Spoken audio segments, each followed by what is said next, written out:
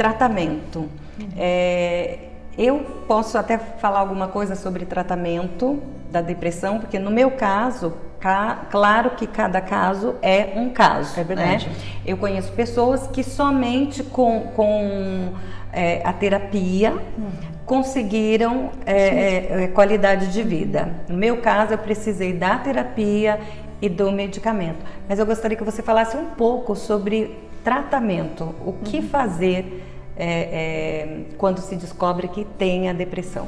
Tá bom. Na verdade, assim, a depressão, é claro que o diagnóstico também não é fácil. Não é uma coisa simples. Por isso que precisa ser uma pessoa qualificada para isso, um profissional qualificado.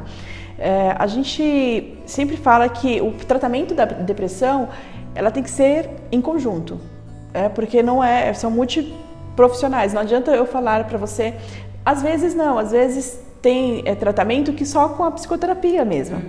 Como você falou, às vezes é uma depressão leve, e aí só com a terapia realmente já resolve. Agora não, tem casos que sim, precisa realmente dessa interação, terapia, o tratamento com a terapia e o tratamento medicamentoso também, em conjunto. Claro que a família é essencial, a família... É muito importante. Exatamente, os amigos também, então... E entender o depressivo é muito difícil, porque o sentimento depressivo é só o depressivo que entende. É só o depressivo que entende, porque o sentimento dele é um sentimento de perda, é um sentimento de luto, é um sentimento de dor, que eu falo assim, que não é uma dor igual você vai lá e corta o seu dedo, não, é a dor da alma, é a alma doente. E até é importante falar sobre isso, porque foi muito difícil para mim entender que eu, como serva de Deus, como cristã, como evangélica, como pregadora da palavra de Deus, pudesse ter depressão. Porque a depressão no meio evangélico é tabu e eu precisei assim estudar muito, buscar. Eu tive um terapeuta que era um pastor de uma igreja evangélica que me ajudou muito. Além disso, eu procurei muitos livros, porque no meu entendimento eu não poderia estar com depressão, seria uma coisa inaceitável. E foi um passo muito difícil para mim aceitar a depressão. E em casa também foi muito difícil. Muitas pessoas, para eu começar a falar sobre a depressão, sobre o estado em que eu realmente fiquei, eu levei um tempo, foi mais de 3 anos para eu poder falar sobre isso, porque eu percebia que as pessoas não aceitavam o fato de eu ser uma pregadora e de repente estar com depressão. Mas, porém, depois que eu comecei a trazer isso à tona, colocar a minha situação anterior e a situação atual, eu descobri que muitas das minhas amigas, elas também têm o mesmo problema, tem também a depressão.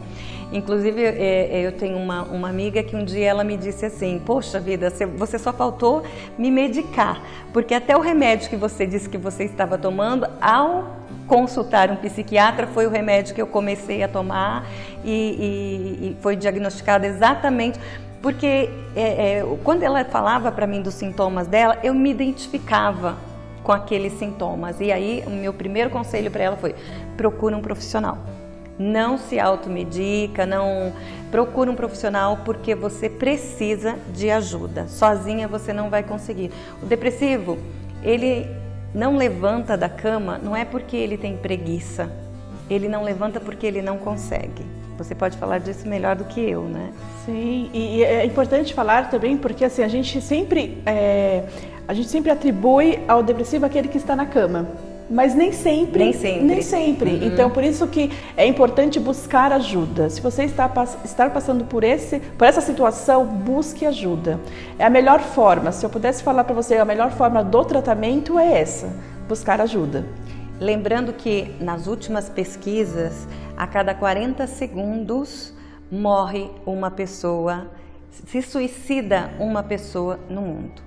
Ou seja, praticamente um pouquinho mais dessa frase que eu disse, uma pessoa está morrendo no mundo, se suicidando.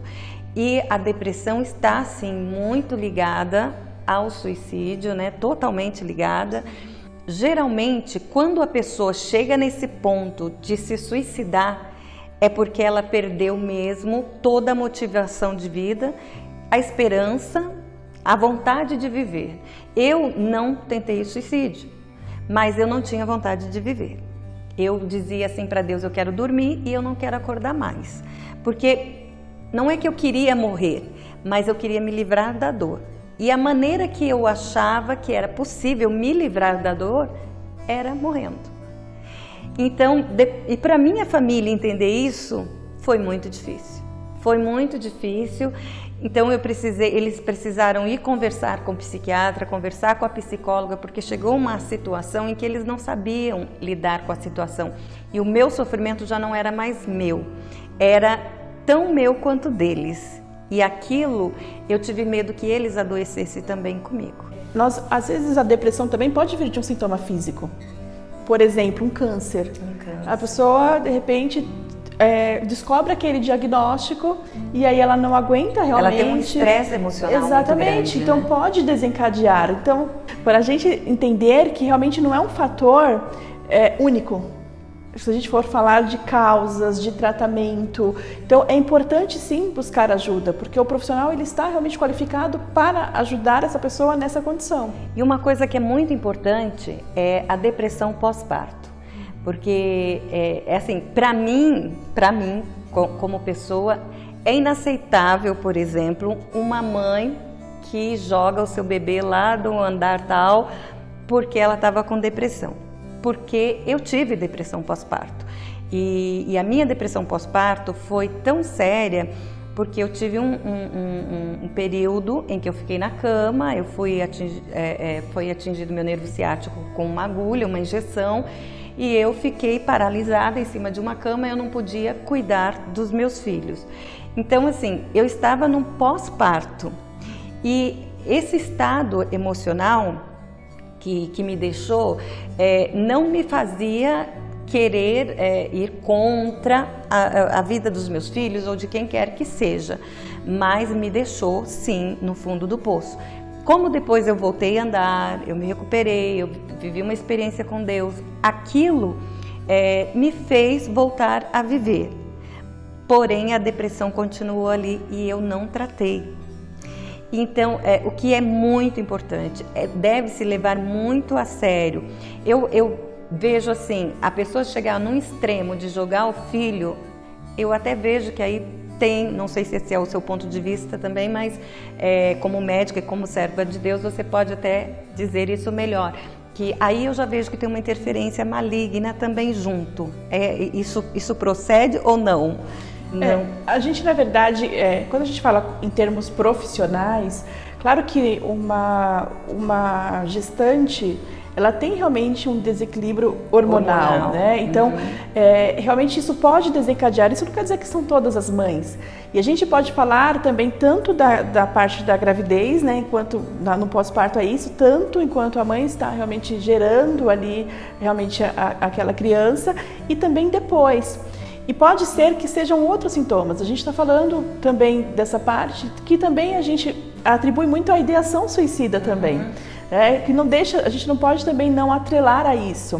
É claro que assim, quando a gente fala dessa situação de uma mãe jogar o seu filho, por exemplo, existem vários fatores. Tem mães, por exemplo, que podem estar com depressão, mas pode ser um sintoma diferente, por exemplo, de não deixar o filho com ninguém. Sabe? Na questão, por exemplo, assim, eu sou insubstituível, sabe? Então, assim, tem vários sintomas. Então, por isso que é importante tratar. Como serva do Senhor, claro que o inimigo, sim, ele se aproveita, porque é um momento de fragilidade emocional. Sim. Então, realmente se aproveita. Por isso que é importante nós buscarmos ajuda. Para todos os lados, claro. Então, ajuda espiritual, ajuda profissional é extremamente importante.